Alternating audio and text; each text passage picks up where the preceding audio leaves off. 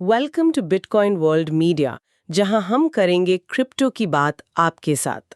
आज की इस चर्चा में हम सीधे उस मुद्दे पर आएंगे जो डिजिटल एसेट मार्केट में पिछले कुछ दिनों से काफी गरमाया हुआ है।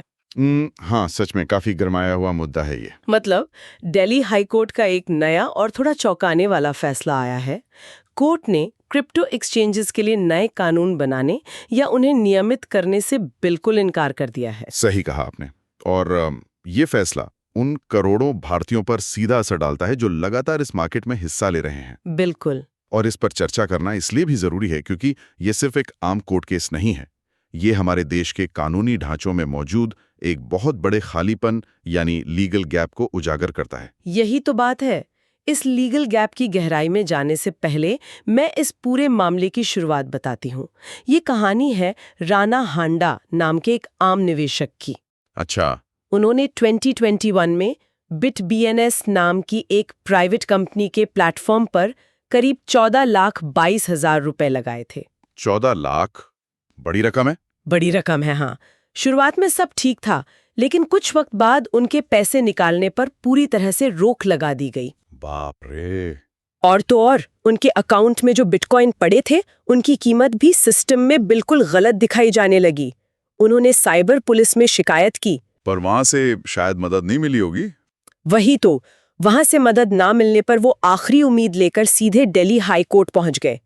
पर वहां कोर्ट ने उनकी अपील सीधे तौर पर रद्द कर दी। सुनने में सच में हैरानी होती है कि जब सामने वाले के साथ इतना बड़ा धोखा हो रहा है तो कोर्ट ने तुरंत कड़ी कार्रवाई क्यों नहीं की। हाँ, मैं भी यही सोच रही थी। लेकिन जज ने बहुत ही शांति और कानूनी विश्लेषण के साथ इसका कारण समझाया। असल में नए कानून बनाना कोर्ट का अधिकार क्षेत्र नहीं है। सही बात है। ये पूरी तरह से देश की सरकार और संसद यानी पार्लियामेंट का काम है। कोर्ट सिर्फ बने हुए कानून की व्याख्या कर सकती है, वो अपनी तरफ से नए नियम नहीं थोप सकती। और चूंकि क्रिप्टो एक्सचेंजेस पूरी तरह से प्राइवेट कंपनियां हैं, उन पर बिना किसी कानूनी आधार के रेगुलेटरी नियम लगाना कोर्ट के दायरे से बाहर है। एग्जैक्टली। एक तरह से कोर्ट का कहना था कि जब तक संसद इस पर कानून नहीं बनाती, तब तक हम इन प्लेटफॉर्म्स को अपने हिसाब से चला नहीं सकते। उन्होंने राणा हांडा को आम कानूनी रास्ते अपनाने की सलाह दी। यही सबसे बड़ा बिंदु है जहां से ये मामला एक आम इन्वेस्टर की परेशानी से बढ़कर देश का एक बड़ा मुद्दा बन जाता है। बिल्कुल। अगर हम इस मामले की एक बड़ी पिक्चर देखें तो इंडिया में आज लगभग 12 करोड़ लोग क्रिप्टो का इस्तेमाल करते हैं। 123.35 मिलियन यूजर्स। 12 करोड़?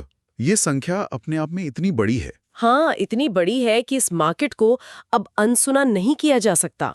यही तो सबसे बड़ा पैराडॉक्स है।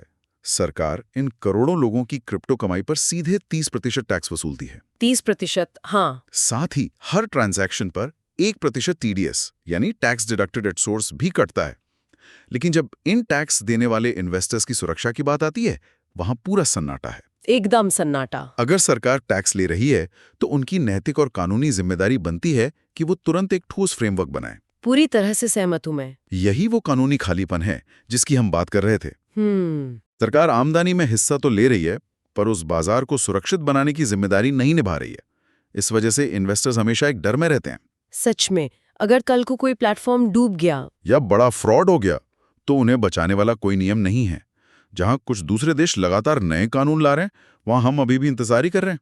तो इस पूरी स्थिति को समझने के बाद दिमाग में एक सबसे बड़ा सवाल ये उठता है, क्वेश्चन, क्या इंडिया में क्रिप्टो इन्वेस्टर्स के बचाव के लिए कोई खास कानून मौजूद है? इसका सीधा सा जवाब यह है, आंसर नहीं। फिलहाल कोई खास क्रिप्टो कानून नहीं है। अगर किसी के साथ धोखा होता है तो उन्हें आम कानूनी रास्तों या पुलिस कंप्लेंट का ही सहारा लेना पड़ेगा। मतलब उन्हें वही सिविल और क्रिमिनल लॉज के चक्कर काटने पड़ेंगे। बिल्कुल, या फिर साइबर क्राइम सेल में जाना होगा। पर ध्यान देने वाली बात यह है कि ये पुराने कानून ब्लॉकचेन या डिजिटल एसेट्स की टेक्निकल पेचीदगियों को ध्यान में रखकर नहीं बनाए गए हैं। ये काफी जरूरी पॉइंट है। इन पुराने कानूनों के जरिए आज के जमाने के डिजिटल फ्रॉड्स को साबित करना और अपना पैसा वापस निकलवाना एक बेहद लंबा और थका देने वाला सफर बन जाता है। ये सच में काफी चिंता का विषय है। एक तरफ डिजिटल इकोनॉमी इतनी तेजी से आगे बढ़ रही है और दूसरी तरफ कानूनी सुरक्षा इतनी पीछे है।